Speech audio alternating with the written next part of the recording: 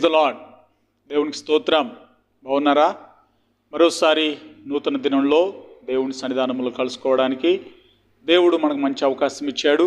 అందుకొరకై దేవునికి స్తుతి కలుగునుగాక. ఈరోజు కొరకైనా దేవుని వాక్యాన్ని మనం ధ్యానం చేసుకుందాం.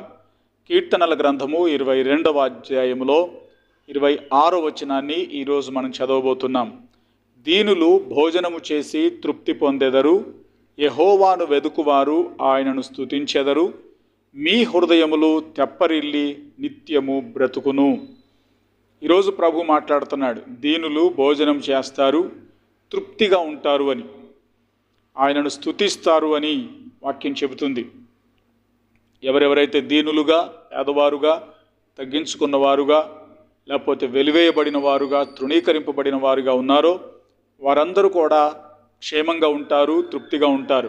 ఏ విషయంలోనైతే మీరు దీనులుగా ఉన్నారో, ఆర్థికంగా కావచ్చు, ఆత్మీయంగా కావచ్చు, వాటన్నిటిలో కూడా మీరు దీనులుగా ఉన్నట్లయితే ప్రభు మిమ్మల్ని లేవనెత్తబోతున్నాడు. ఆయన వైపు చూసి మీ ఆత్మీయ జీవితాన్ని మెరుగుపరుచుకోగలిగితే ఆయన మిమ్మల్ని బలపరుస్తాడు. యెహోవాను వెదుకువారు ఆయనను స్తుతిస్తారని, ముఖ్యంగా మీ హృదయములు తెప్పరిల్లి నిత్యము బ్రతుకుతారు అని ఈరోజు దేవుడు మనతో మాట్లాడుతున్నాడు.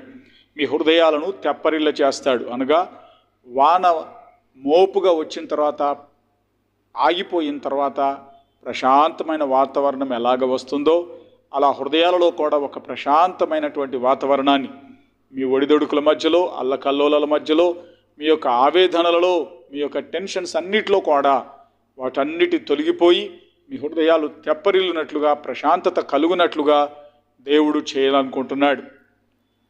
కనుక ఈరోజు మీరు ప్రభు వైపు చూస్తూ ప్రార్థించండి. ప్రభువా, మా హృదయంలో ఉన్నటువంటి అలజడులు తొలగించి తెప్పరిల్ల చేయుమని ప్రభు వైపు చూడండి.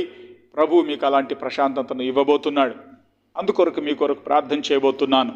ప్రేమగల మా తండ్రి, నీకు వందనాలు. మా హృదయాలు తెప్పరిల్లుతాయని ఈరోజు మీరు వాగ్దానం చేసినందుకై స్తోత్రాలు.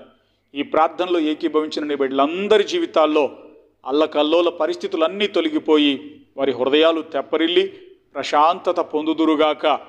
అయా, దీనులు తృప్తి కలిగి ఉంటారని మీ వాక్యం చెప్పినట్లు, వారు ఏ విషయంలోనైతే దీనులుగా, బలహీనులుగా, తృణీకరించబడిన వారుగా, తగ్గింపబడిన వారుగా ఉన్నారో, ఆత్మీయ విషయంలోనూ మీ కృపలోనూ వారు ఎన్నిక చేయబడిన వారుగా, అభివృద్ధి చెందిన వారుగా, మీ కృప పొందుకున్న వారుగా, వారు సంతృప్తి పొందుకోగలిగేటట్లుగా నీ బిడ్డలకు దయచేయండి. ఈ దినమంతా మీ సన్నిధినిచ్చి కాపాడి వారి హృదయాలను బలపరచుమని, ప్రశాంతతను అనుగ్రహించుమని యేసు నామమున ప్రార్థిస్తున్నాను తండ్రి. ఆమెన్. దేవుని శాంతి మీకు తోడుండునుగాక. God bless you.